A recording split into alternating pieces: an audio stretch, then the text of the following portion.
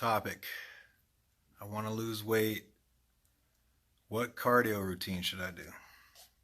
I want to start off by saying that that's not the first question you should ask, but I'll address that question.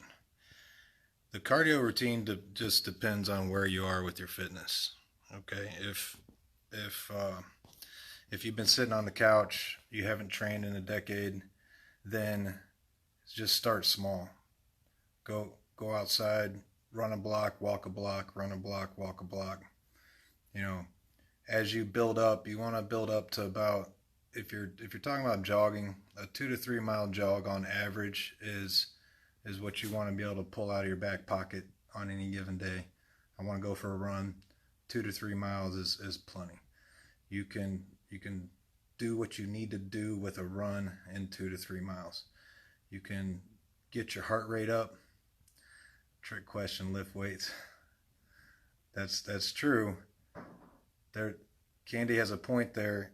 Uh, for many reasons, lifting weights could be considered better for weight loss, and I definitely agree with that. If I had to choose one or the other, I would go with resistance training. Um, but you don't have to choose one or the other. You should do both. You should mix them. Have both capacities: build strength, build endurance. Um, so the cardio routine, if you're just starting, you want to lose weight, you want to get in shape, the cardio routine just dependent upon your fitness level. Okay, build it up to where you can do 2 to 3 miles without breaking, without walking. Okay, and then from there you can start spicing it up with intervals. You can do 800-meter runs with a 3 to 4 minute break in between, and do 4 to 6 of those. You know, the 800-meter runs would total 2 to 3 miles of running, and you can split up your intervals in any number like that totals 2 to 3 miles. You could do it in 400-meter bursts. Uh, and what the interval training does is it allows each interval to be at a higher heart rate than what you'd be at a steady state pace. Okay, so every time you run one of those intervals, your average heart rate is higher than it would just running 2 to 3 miles straight. That's a good way to up your fitness once you've plateaued doing steady state 2 to 3 mile runs. Okay, uh, that's a little bit on how to program your cardio, and you can do the same templates more or less with machines. Whatever machine you want to hop on at the gym, if you want to do that, you can do the same time domain as what you're looking at there. However long it takes you to run 2 or 3 miles, spend that much time on an elliptical or arc trainer or whatever they have now. Uh, but I'd recommend running over any of those machines as far as weight loss goes and fitness goes, because anything that's more strenuous and demands more functionality from your body is going to have a larger endocrine effect, which is going to have a larger fat loss effect, and it's going to have more um, power over changing your body, your physique for the better overall. Remember, that's the criteria for movement selection. At the base, at the very bottom of the problem, is like, you always want to ask, how much does this affect my endocrine system? If you have a better option at hand, do that. Like, for example, bicep curls. It barely touches the endocrine system. If you can do pull-ups instead, do pull-ups. They both work the bicep effectively. You're not missing out. I haven't done a bicep curl in decades, and I got decent, biceps. They're not shrinking. Okay, so uh, uh, on the weight loss note, you have, if that is really your priority, your goal, then cardio is not the first choice for weight loss. It's your kitchen. Okay, you have to go to your kitchen and you have to remove all processed foods. You have to get rid of anything that has added sugar in it, and you have to only put real foods in your kitchen. Don't allow yourself to eat out anymore. Don't get tempted by our culture. Go cold turkey, whole foods, the weight will melt. Okay? So, and even if, and in some scenarios, okay, you may have, for lack of a better definition, you may have a metabolic syndrome developed over decades of eating processed foods that is tough to dent. Okay, the weight might not melt right away quickly, but you have to be patient and you got to stick to the whole foods. You got to stick to the real foods because that's therapy. Your body is healing itself with those whole foods, those real foods. The processed foods, the added sugar, that has done a lot of damage if you've been doing it your whole life, and that takes a lot of time to repair. Once the real foods have done their thing, they've repaired you, then you'll hit a breaking point where the weight will drop and you'll also feel a lot better, a million times better. You'll be able to work out better without so much pain and agony. Okay, so there is a light at the end of that tunnel when you start eating the whole foods and may not see results dramatically quickly. Okay, you have to hang in there because you're going through a rehab period. All right, so for weight loss, it's food first. If you don't fix the food, doesn't matter how much cardio you do, you're not going to see any weight loss, at least any long-term meaningful weight loss that you can keep off. Okay, so get in that kitchen. I know it's painful. Don't wait till you've eaten all of those processed foods. It's like if you're hurting, if you're overweight, and you need to drop weight, just purge the kitchen. Replace it with whole foods, literally, plants and animals. Okay, everything, your nutrition revolves around this paradigm. Eat plants and animals only when you're hungry and until you're full. Your stomach is your measuring cup. Once say you've stretched it out. Say you're in worst case scenario, you're eating 2 Big Mac meals every time you sit down, and you've stretched your stomach. Once you switch over to whole foods and you start eating normal amounts, which whole foods help you do, your stomach will shrink back to its normal size, and that's your measuring cup. But it will always tell you when you're done. You're eating steak and sweet potatoes. Once you've gone a certain period of only whole foods, the steak and potatoes will tell you when you're done. You don't have to worry about overeating, and overeating is a large myth anyways. Okay, and you don't have to worry about calories. You can literally use that hand chart. You look up a hand chart for average portions to eat, and if you're in that ballpark, you're good. And you just fill up. You don't stuff. You don't stretch your stomach. Okay. And one thing to worry about that might scare you is when you start training, it increases your appetite. You might get more hungry. Okay, that's okay.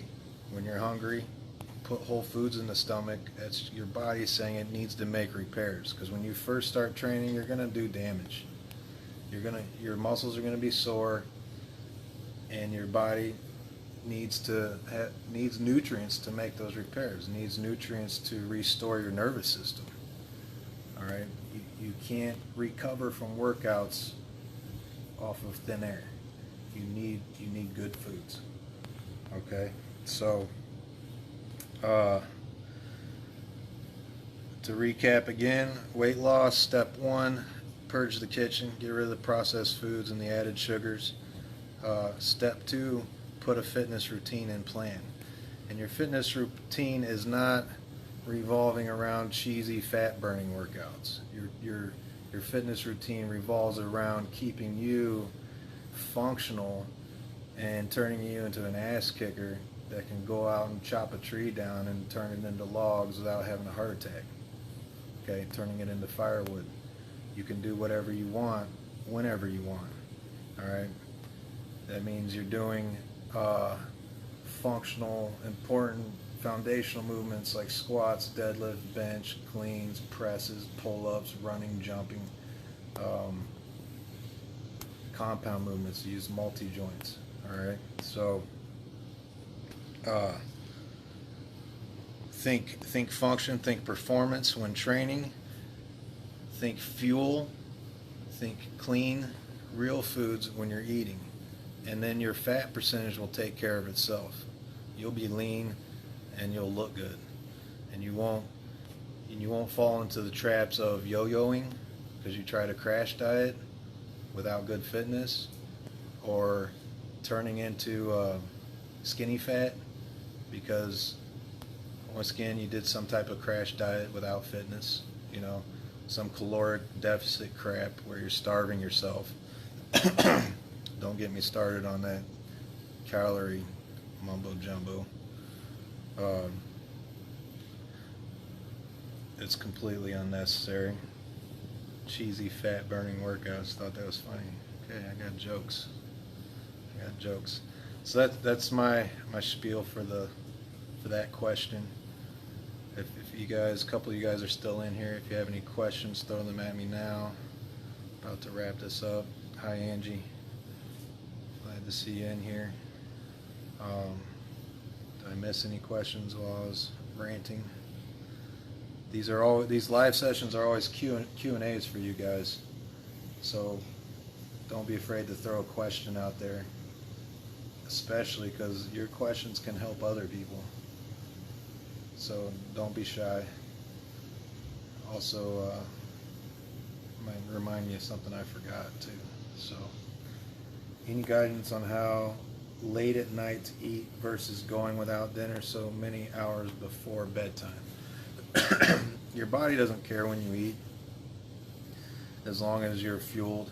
You're not going to store extra fat just by eating before bedtime. That's a myth. If anything, it could be a good thing to eat right before bedtime, because you're going to have all those nutrients churning around and helping your body recover while you sleep. That's when you do most of your recovery, is when you're asleep. Your growth hormone spikes. Your nervous system cannot recover without sleep, and your muscular system barely recovers when you're awake. It compared to when you're asleep, it's huge. It's like when you're asleep, sleep is priority. Just make sure you get that in. Don't worry about meal timings as much as just meals. Get solid whole food, real food meals in. Make sure you're not starving. Many nights my workout is late after working late. That's fine. That's actually a decent weight loss trick. If I was going to throw one out there, is, and it's got some good evidence, is do intermittent fasting, where you don't eat much during the day and then you eat most of your volume after your workout at night. And that's a good way to control your insulin levels and your blood sugar levels so that you're not storing fat during the day. And it's also a good way, and you still keep yourself fueled. Okay, so any crazy nutrient timing manuals you've seen out there, they're more gimmicky than anything. There's not much to them. The only thing as far as nutrient timing you have to worry about is just eating every day. Breakfast, lunch, and dinner. Stay fueled. Okay, give your body what it needs. As long as you don't, now say you for whatever reason, I don't know, you missed an entire day, then, and you're about to work out, maybe you were sick or something, then before the workout, try to get something light in there, maybe some liquid nutrients, protein shake. Then you want to try to time up some nutrients before your workout, probably something with easy to digest carbs in it. But that's about the only scenario where you need to worry about timing up nutrients before or after your workout, and timing up your nutrients around sleep is not necessary. So just not a lot of evidence there at all. There's no evidence That shows it causes fat storage, if that's what you're worried about. Good question, Angie. Love it. That's gonna be it for tonight. Thanks for stopping in, guys. If you have questions or you need help with your training or fitness, stop by my site, trainbydane.com, and don't be afraid to reach out. I will talk to you guys later.